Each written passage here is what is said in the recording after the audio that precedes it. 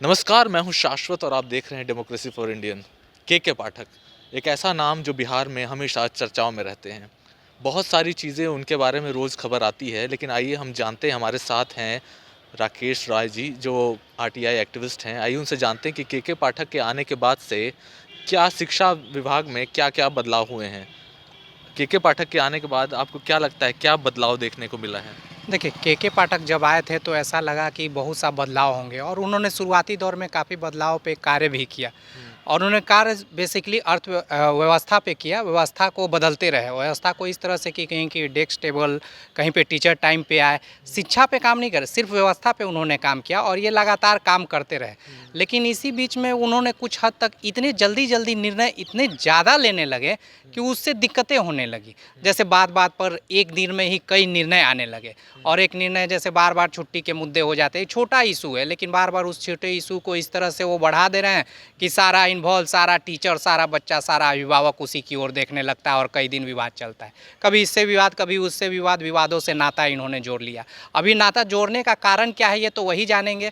क्या वो ये शिक्षा मंत्री की रोल में, भूमिका में आ गए हैं एसीएस से? ये भी सोचने वाली बात है, क्योंकि हर निर्णय न किसी से पूछना है, न जानना है, निर्णय ले लेना है। उसके बाद लोग बवाल करते हैं, 10 दिन बवाल में जाता है। उसके बाद निर्णय पे अडिग हो जाते हैं, तो ये कर रहे हैं, वो कर रहे हैं। तो एसीएस पाठक जो आए हुए थे, वो बहुत अच्छे कार्य कर रहे थे, लेकिन बाद में उन्हें बहुत सा निर्णय जो सही नहीं रहा। होली की छुट्टी ले लीजिए, और इसकी कमियां सिर्फ इसलिए नहीं है क्योंकि ये इसलिए अच्छा कर रहे थे क्योंकि लोगों में एक भ्रांति बनी हुई थी कि शिक्षक जो है वो समय पे नहीं आते हैं तो पढ़ाते नहीं हैं।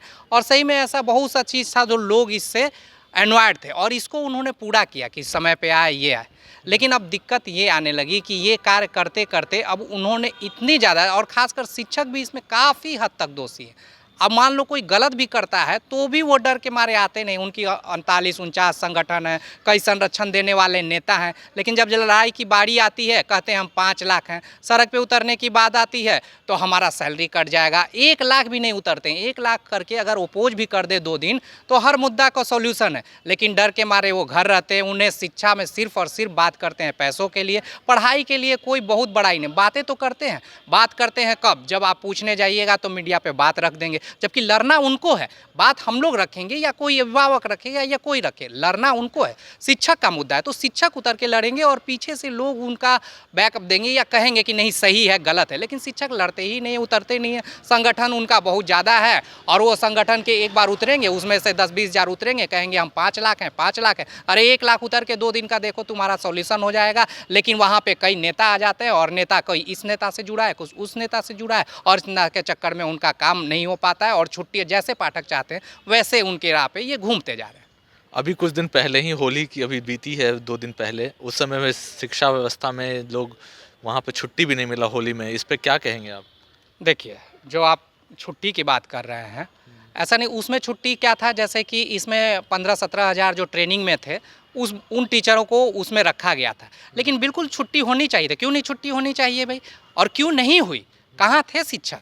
और शिक्षक और कहाँ थे वो रहनुमा जो कहते थे कि नहीं ये छुट्टी होनी चाहिए, ऐसे हो रहा है तो पाठक जी ये निर्णय लें। सारे शिक्षक नेता, वो शिक्षक नेता और जो नेता हैं, खासकर जिस पार्टी से अलग अलग जुड़े हुए, वो कहाँ खड़े थे और क्यों नहीं उतरे, इस बात को मुद्दा रखे? और क्यों नहीं उस समय, क्या बाद में भी उतर के? आखिर कैसे ये हो जा रही है कि कुछ भी निर्णय ले रहे हैं और आप उसका अपोज नहीं कर पा रहे? और शिक्षक जिस मुद्दे को लेके, अगर मुद्दा सही है तो आप सिर्फ 1 लाख, 5 लाख में से उतर के 2 दिन आप करके देख लीजिए, अगर वो मुद्दा सही नहीं होगा। और अभी तो चुनाव के समय है, लेकिन हम डरेंगे कि ये लगा हुआ है हमारे ऊपर, ये लग जाएगा। तो सभी सहूलियत से, और किसी से लड़ना और क्रांतिकारी लड़ाई लड़ना संभव नहीं है कि हर सहूलियत के साथ हम लड़ें और हमारे पक्ष में निर्णय आए, ये हो ही नहीं सकता। अच्छा, जैसे छुट्टी की ही बात हो रही है, तो हमेशा जब यहाँ पे शिक्षा मंत्री है, बिहार सरकार के जो लोग हैं, क्या मतलब इस पे कुछ अब कार्रवाई, कुछ किसी तरह का कोई भी मतलब ये नहीं किया गया कि छुट्टी मिलना चाहिए या नहीं मिलना? उनके तरफ से जैसा भी हुआ, के पाठक ने जो ये किया, बोला, उसके ही पे रह गए वो। सरकार ने मतलब उसके बारे में सोचा भी नहीं कि छुट्टी मिलना चाहिए या नहीं मिलना चाहिए। बिल्कुल, सरकार ने बिल्कुल नहीं सोचा। और क्यों सरकार ने सोचा? चलो जो चल रहा है चल रहा है। सरकार तो होती है, जो निर्णय चल रहा है चलने दो, अगर शांतिपूर्ण चल रहा है तो कोई मतलब ही नहीं हो। यहाँ मुद्दा था विपक्ष के लिए, उन्हें खड़ा होना चाहिए था, लेकिन विपक्ष खड़ा नहीं हो। वहाँ खड़ा होना था शिक्षक को, लेकिन शिक्षक नहीं खड़े होते, नहीं चलो कर दिया है तो हम भी हो लेते हैं, स्कूल चले जाते हैं और फिर तरह तरह से हम इन्हें बताएंगे कि देखिए ऐसे हुआ वैसे हुआ। लड़ना नहीं चाह रहे हैं, और लड़ाई कैसे लड़ते हैं?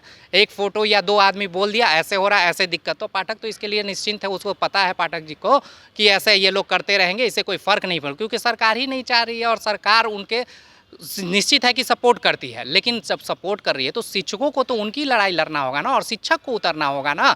शिक्षक उतरेंगे, और जैसे शिक्षक उतरते तो पता चाहे 2 नेता उनको लेके आ गए और मोटिवेट इस पार्टी से तो उस पार्टी से। अरे आपकी लड़ाई है, लेकिन हमें लड़ना किसके लिए पड़ रहा है?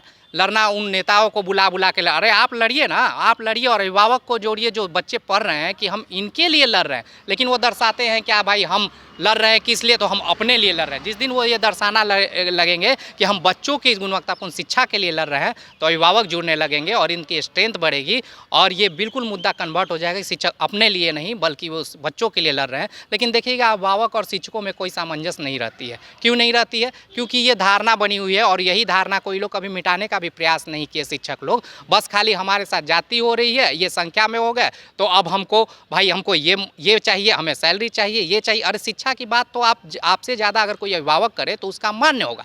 आप बात करो कि हमारे साथ जो जाति हो रही है उस लड़ाई में कौन कौन खड़े हैं? सिर्फ हम ही तो नहीं खड़े हैं, जबकि आपसे बच्चे भी जुड़े हुए हैं और अभिभावक भी जुड़े हैं। तो तीनों विंग क्यों नहीं जुड़ पाता है? आप अपना सिर्फ, क्योंकि आप दोनों शिक्षा का मतलब है किसके लिए लड़ रहे हैं? उन बच्चों के लिए जो गरीब थे, उन बच्चों के लिए जो किसान के गरीब बेटे थे, उन बच्चे जो रोड पे रह रहे थे उनको। लेकिन शिक्षा की कभी न गुणवत्तापूर्ण शिक्षा अभी आई है। आप अपने आप में कहते रहिए और हम ही शिक्षा दे रहे हैं और हम ही कहें कि हम अच्छा है सब चीज़, तो ये तो मानने वाली ही बात नहीं होगी जब तक कि अभिभावक और बच्चे ये कहना शुरू नहीं कर दें। और जब ये कहना शुरू कर देंगे तो पाठक जी भी सोचने पे मजबूर हो जाएंगे कि क्या हम गलत कर रहे हैं कि सही। ये थे हमारे साथ आरटीआई एक्टिविस्ट जो के पाठक को लेकर के और बिहार की शिक्षा व्यवस्था के बारे में बात कर रहे थे। अगर आपको हमारा ये खबर पसंद आया हो तो हमारे चैनल को सब्सक्राइब करें। धन्यवाद।